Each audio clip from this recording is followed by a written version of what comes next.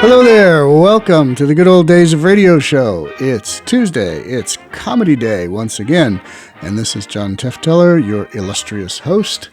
We have for you today an episode of the Lucky Strike program, also known as the Jack Benny program, but back then the sponsors of the show wanted to make sure that you didn't miss an opportunity to know that they were sponsoring your favorite show. So a lot of times they called the programs after the name of the sponsor. So this is the Lucky Strike program starring Jack Benny instead of the Jack Benny Show. Anyway, NBC Network, March 30th, 1947. For whatever reason at this point, they are in San Francisco, and they are joined by Jane Wyman, who I don't know if she was married to Ronald Reagan at this point, but pretty close to this time. Anyway, Jane Wyman is the special guest for the show today. So here we go. The Jack Benny Program, presented by Lucky Strike. LSMFT.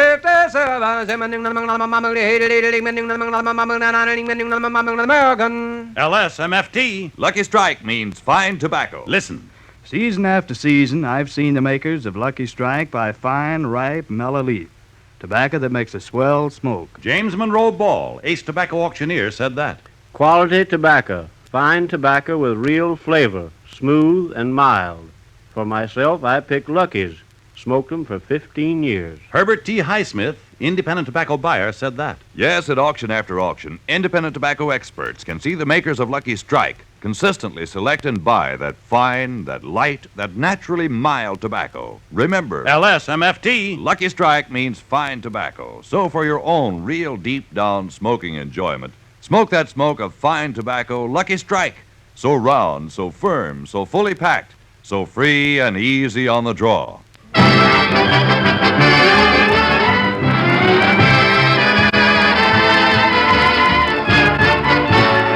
Broadcasting from San Francisco, the Lucky Strike program, starring Jack Benny, with Mary Livingston, Rochester, Dennis Day, Phil Harris's orchestra, and yours truly, Don Wilson.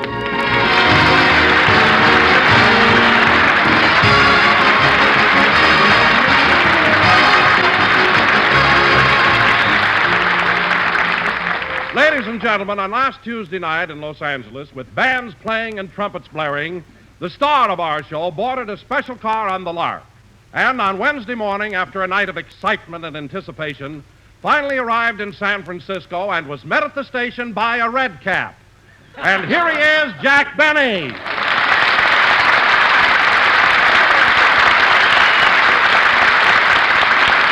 Thank you. Thank you. Hello again. This is Jack Benny talking, and Don, you're absolutely right. Imagine after the mayor, the Chamber of Commerce, and the newspapermen of San Francisco begged me to come up here, there was no one to meet me at the station but a red cap. I was so mad I carried my own bag. And I'm going to stay mad till I get back on the train. Well, anyway, Jack, even though you didn't get a reception at the station, at least you had the honor of coming to San Francisco in a private car. Well, Don, it wasn't exactly a private car. It was more like a... Drawing room? Well, it wasn't exactly a drawing room. It was more like a... Compartment? What's a compartment? Well, a compartment has an upper and lower berth in it and a chair. A chair? No, this wasn't a compartment. Forget about it, Don. By the way, how did you come up here? Oh, I came up on the TWA bus. The TWA bus? Don, the TWA is an airliner. It flies. Not when I'm on it. I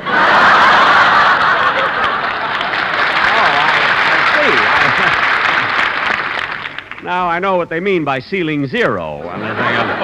Anyway, Don, we got here, so oh, hello, Mary. Hello, Jack.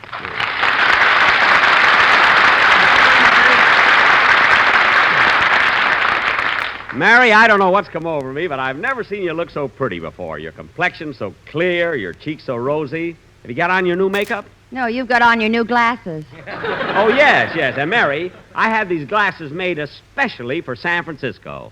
Look at them. Well, I don't see anything different. Look closer. Well, I'll be darned. Windshield wipers.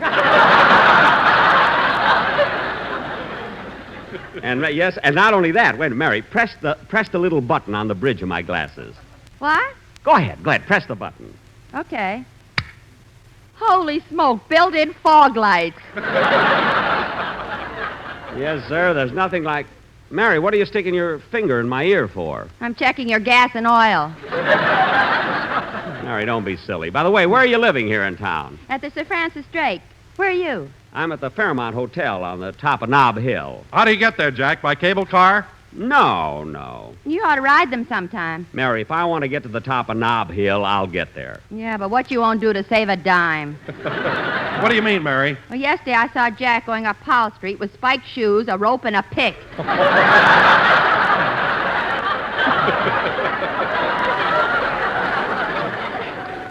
Well, I made it, didn't I? Yes, but when you got to the top of the hill, you didn't have to yodel. Look, I wasn't yodeling. Then how come you got fan mail from 3 goats in Berkeley? Because they got fountain pens that write under milk. I can go along with a gag, you know. Honestly, Jack, every time you come to San Francisco, you have more trouble. What are you laughing at, Mary? Well, yesterday we were taking a drive to Oakland. You mean over the Bay Bridge? Yes.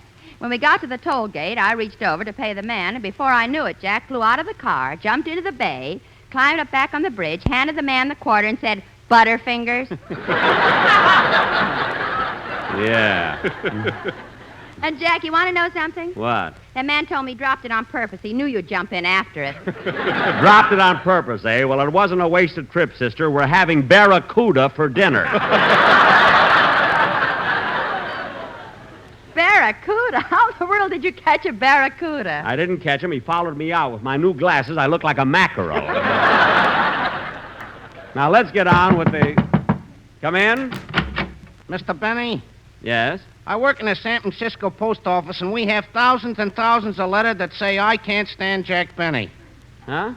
Oh, well, those must have been sent in for the contest I had last year. They were sent this year and have nothing to do with the contest.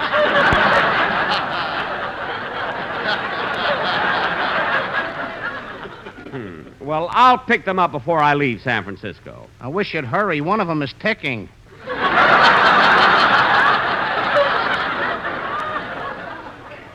Well, you can forward that one to Fred Allen. That's who it came from. Now, cut that out. I'll come to the post office in the morning and pick them up. And as for you, Mr. Jones. What? Jones.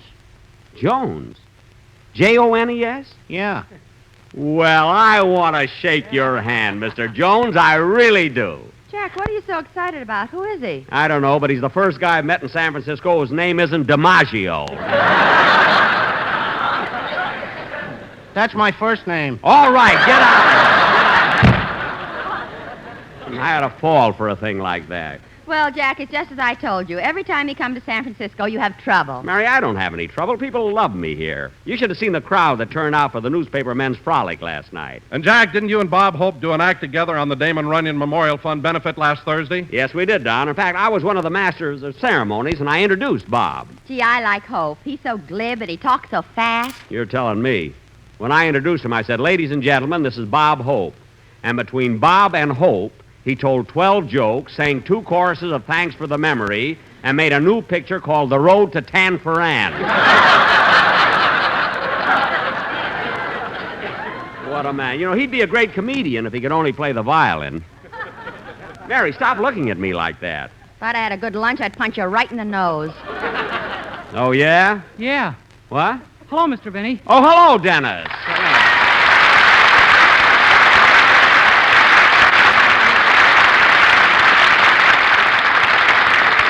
Well, Dennis, I haven't had a chance to talk to you since you got in town. Where are you living here? Oh, I've got a wonderful suite with 16 bathrooms A suite with 16 bathrooms? Where? in the basement of the Fairmont Hotel. Oh, well, are you comfortable there? Yes, but I can never get to sleep. Why not? All night long, a man with a whisk broom keeps brushing me off.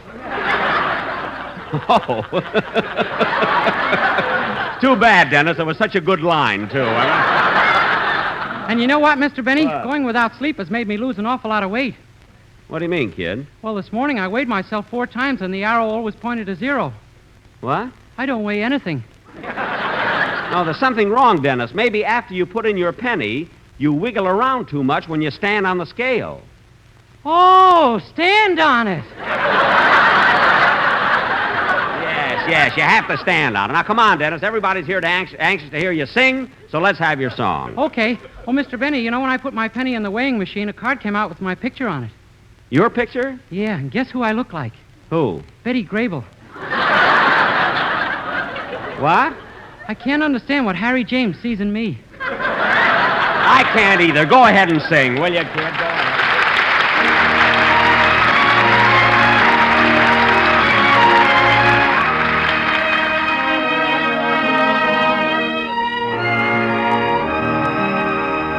Oh, give me back my prairie with the cattle and wild game, where the hills are nice and curvy and the women are the same, where cowboys all yell whoopee while the lariat they twirl, and timber wolves yell timber when they see a pretty girl. Oh, why did I ever leave Wyoming? Why, oh, why did I ever have to go? Oh, why did I ever leave Wyoming? 'Cause there's a sheriff back there looking for me high and low, and home on the range. Back home in old Wyoming, folks are acting mighty strange. Since they started social climbing, how they've changed the good old range. Our farm is now a dude ranch, and there's carpet on the trails. The cowboys wear tuxedos, and the horses all wear tails.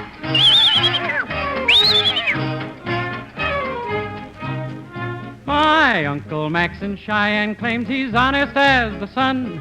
He worked 6 years in a bathhouse, and he never took A1. The sheriff finally got him, and no more will Uncle roam. They caught him working in a bank and taking samples home. Oh, why did I ever leave Wyoming? Why did I ever have to go?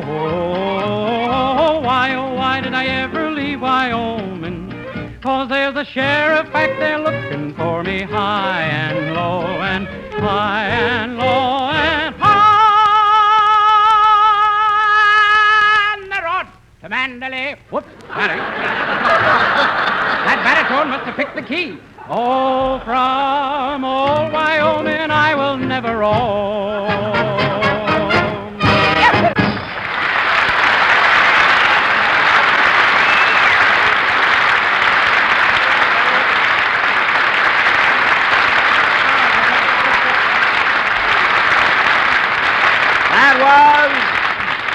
That was Wyoming, sung in San Francisco by Dennis Day, who lives in Los Angeles and was born in New York. And now... Gee, what a trip just to sing a song. Yes, a trip. Say, Dennis. Dennis,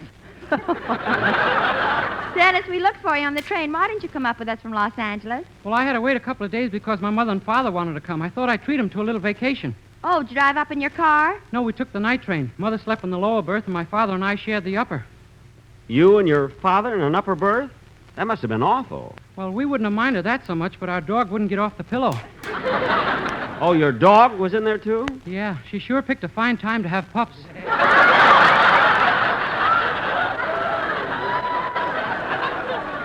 Well, it's your own fault, Dennis. Why in the world did you bring your dog to San Francisco? Oh, I hated to leave her at a time like that. Oh. Well, it's nice of you to be so considerate, and congratulations, by the way. And now, kids, if you'll all sit down and be quiet, I got a surprise for you. Ladies and gentlemen, we have as our guest star tonight a very fine actress who, because of her great performance on the screen, was recently nominated for the Academy Award. Here she is, Miss Jane Wyman.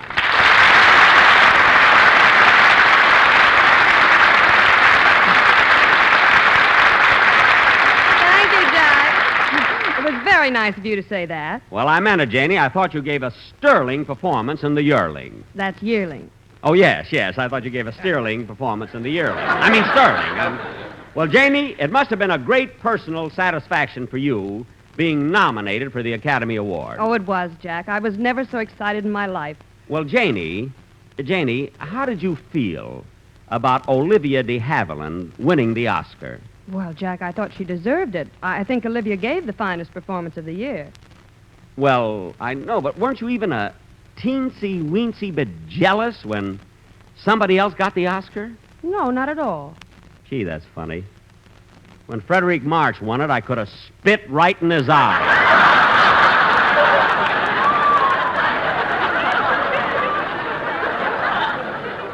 I was furious. But, Jack, you had no right to be jealous of Frederick March. You didn't even make a picture last year. I know, but I made one 3 years ago, and people still remember it.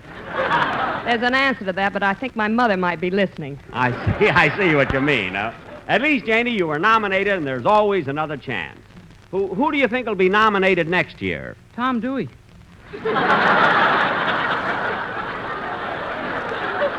Oh, go feed your pups. Janie, you may not know this, but next year I'm going to make a picture that will be so sensational. Hello, Janie. How are you? Why, Mary, it's good to see you again. You look wonderful. Now, in this picture, I play the part... Janie, isn't San Francisco an exciting town? It certainly is, Mary. And the shops have so many new fashions. In this picture, Did I you play see the new part... spring clothes they're showing here? See them. I've already bought 2 of the darlingest suits at Mason Mendesal's. In this picture... You know, I got a dream of an evening gown at Magnus. It's chartreuse, and the bodice is covered with sequins. In this picture, I play the part of a chartreuse, and there... Mary.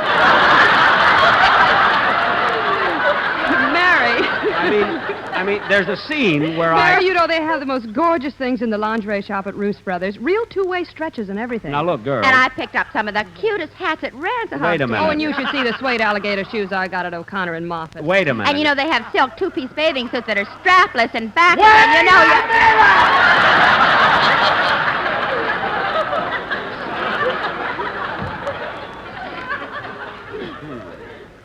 Now, in this picture, what'd you say about strapless bathing suits? Nothing. And you should be ashamed of yourself talking about your own pictures when you have a star like Jane Wyman. Well, I congratulated her, Mary. I told her she was wonderful in The Yearling, didn't I, Janie? Yes, you did. And the Technicolor and scenery in the picture were the most gorgeous I've ever seen. Where did they shoot the picture? In Hollywood? No, it was filmed in, you should excuse the expression, Florida.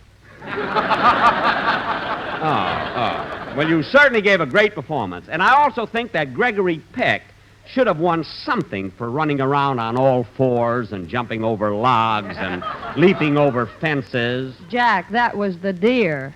Oh. Well, I thought he was kind of cute, too, but...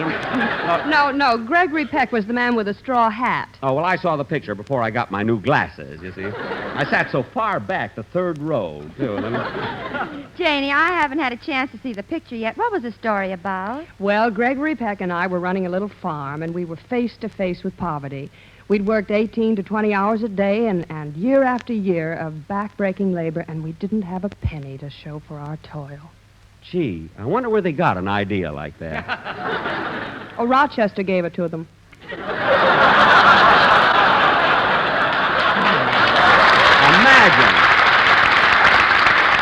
Imagine him selling his diary, isn't it? What were some of the things you and Gregory Peck raised on the farm? Well, there were potatoes, yams, cotton, and our best crop was tobacco. Well, it took a long time, but you finally got around to me. Oh, you're Don Wilson, aren't you? Yes, ma'am. Don Wilson, in the flab. Look, Don, we were just discussing... Jane, what are you staring at Don like that for? Now, I thought San Francisco had a bay. Wyman, you're only a guest, but you're just as corny as they are. Yeah. Well, Miss Wyman, I saw The Yearling, and I was very impressed, but there's one scene that I'd like to ask you about. What is it, Mr. Wilson? In that heartbreaking scene when your son ran away from home and with tears in your eyes you were running through the fields looking for him. Yes. Now, the tobacco you raised in that field, was it that fine, that light, that naturally mild tobacco? Yes, sir, you bet. Why, sure. And they dared give the award to another picture? Don, they gave it to the best smokes of our lives, if that'll make you happier, you know? And I've been smoking Lucky Strikes nigh on to 25 yearlings. Good. Every morning, Gregory would go out and peck that fine tobacco. Say, that's wonderful. Then again, if it's not Tom Dewey, it might be Governor Warren.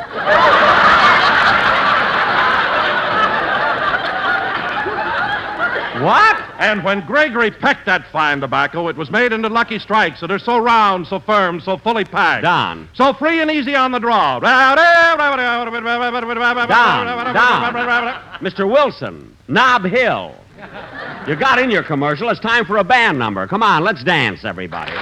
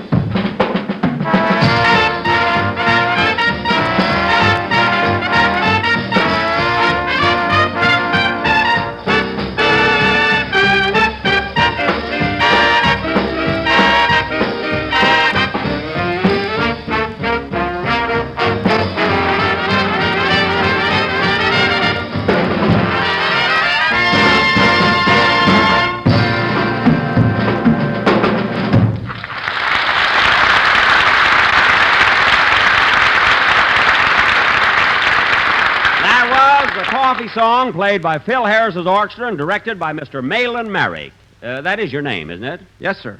Well, Mr. Merrick, it was nice of you to fill in for Mr. Harris since he couldn't be with us today. And I want to tell you that I've never heard Phil Harris's band sound so good.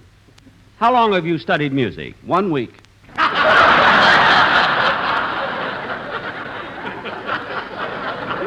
Oh, that's not...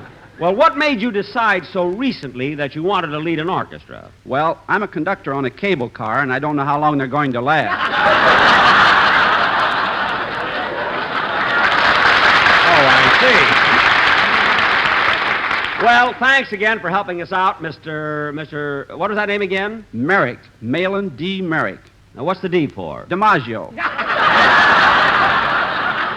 I should have known, huh? Jack, Well, why couldn't Phil come up here with us? Phil, well, you see, Mary, Phil has his own program for Fit Shampoo, which follows my show. And when I go out of town and Phil has to choose between the two programs, naturally, he'd choose the one with the bottles. You see? But he'll be with us next week. You know, Jack, I'm sorry Phil Harris isn't here today. I think he's awfully cute. Do you, Janie? There's one thing I can't understand. What do women see in Phil Harris? Oh, I don't know. He's handsome and impetuous, and he has sex appeal. Well, don't you think I have sex appeal? Well, in a gay 90 sort of way. Now, wait a minute, Janie. How can you say that? You've never even kissed me. Come on, give me a kiss. Right here in front of everybody? Why, certainly. Come on, Janie, kiss me. Well, all right. There. Well, maybe he's not as old as I thought he was. Look at the sparkle in his eyes. Don't get excited. Those are fog lights. Mary. If it's not Governor Warren, it might be Herbert Hoover.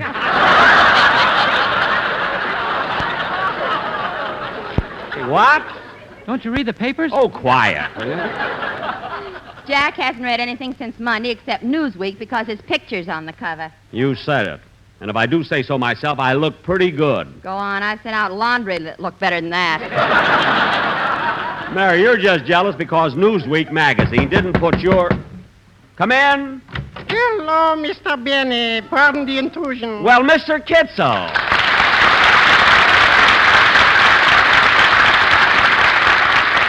Mr. Kitzel, what are you doing here in San Francisco? I'm visiting my relatives. Oh, you have relatives here? Yes, my brother owns a hotel. Here in town, eh? What's the name of The it? Sir Francis Kitzel. Sir Francis Kitzel? Yes, and I have an uncle who's got a restaurant in Chinatown. A restaurant in Chinatown. What's Yeah. the name of it? Ling Ting Fui. Fui. You should eat there sometime. Well, maybe we'll go over after the show tonight. Does he serve yakka mein, chow mein, and chop suey? With a noodle in the middle and a herring on top. Oh. He also serves corned beef and cabbage. Your uncle serves corned beef and cabbage? That's an Irish dish. He's very friendly. Oh, well, Mr. Kitzel, it's nice that you have so many relatives here. Oh, yes, and I also got a cousin on Fisherman's Wharf. What's his name? DiMaggio. Well, look, which one of the DiMaggio's your cousin, Joe, Vincent, or Dominic? Morris. Yes. You know, he plays baseball with the San Francisco Schlemiels.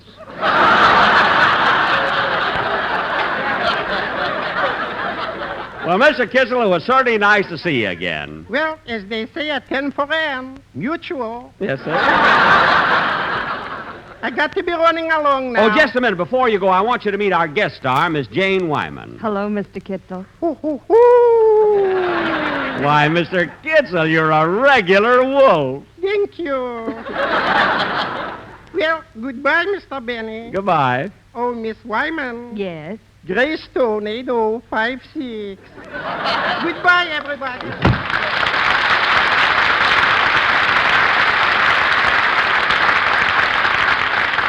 Hey, isn't he a cute guy, Janie? Well, Janie, we certainly had an exciting week up here, didn't we? We certainly did, Jack. And I want to thank you very much for being on my program and also for appearing at the newspaper frolics last night. Oh, it was lots of fun, and I always enjoy coming to San Francisco. Me too. Herbert Hoover lives in Palo Alto. I know. Dennis, why don't you pay attention to what we're... Pardon me. Hello? Hello? Hello? Hello? Who is this? Your favorite brunette. Rochester!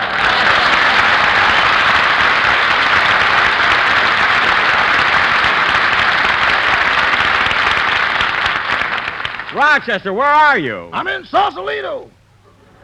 Sausalito? What are you doing there? Nothing. Nothing? That's the main industry here.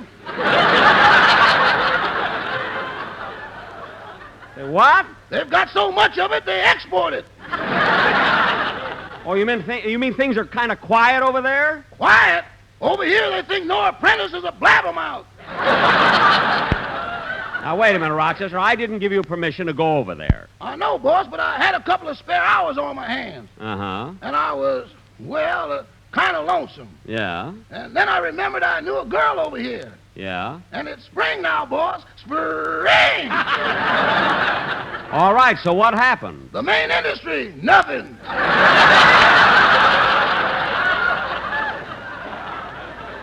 Well, look, Rochester, were there any calls or messages for me at the hotel? A few, boss. What were they? Well, the hotel barber came up to the room about 10 minutes after you left. The barber? Yeah, I got a shave and you got a haircut. Rochester, how could he give me a haircut when I wasn't even... Oh, well...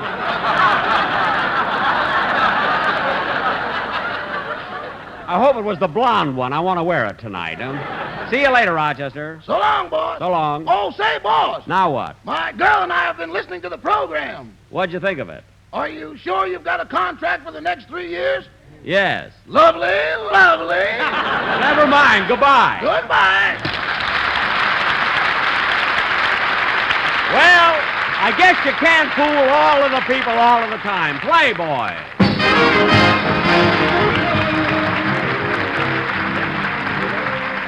Ladies and gentlemen, the 1947 Easter Seal campaign is on. Crippled children can become useful citizens if we give them the help they need while they are young and growing, such as clinical care, schooling, camping, vocational guidance, and finally a job. We can help them best by buying our share of Easter Seals today. Thank you. Jack will be back in just a minute, but first, here is Basil Rysdale.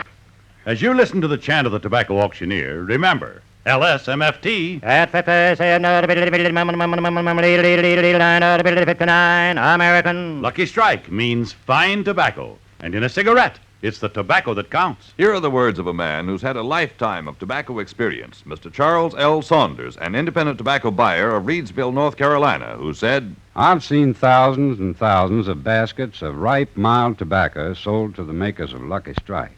Tobacco that's really fine. So for a grand smoke, I picked Lucky's.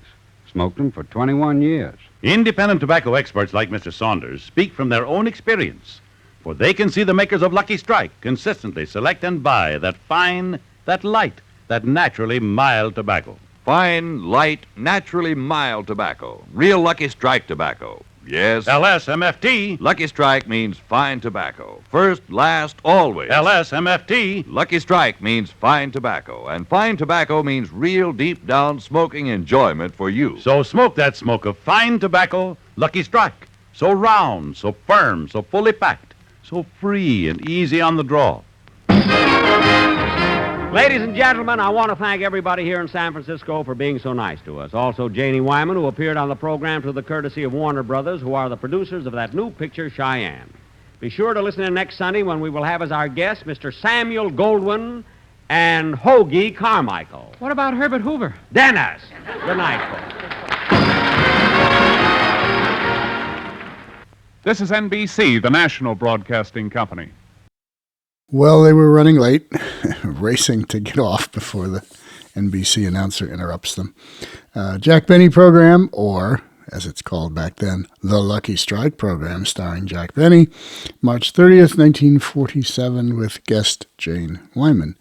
Yeah, the interesting thing about that, Phil Harris is missing because Benny was in San Francisco. The Phil Harris show immediately came on after the Benny program, and Phil Harris had to be in Hollywood for that, so he couldn't be in two places at once, so he just turns it over to an assistant band leader, and that's why Phil Harris was not on the program. Interesting there.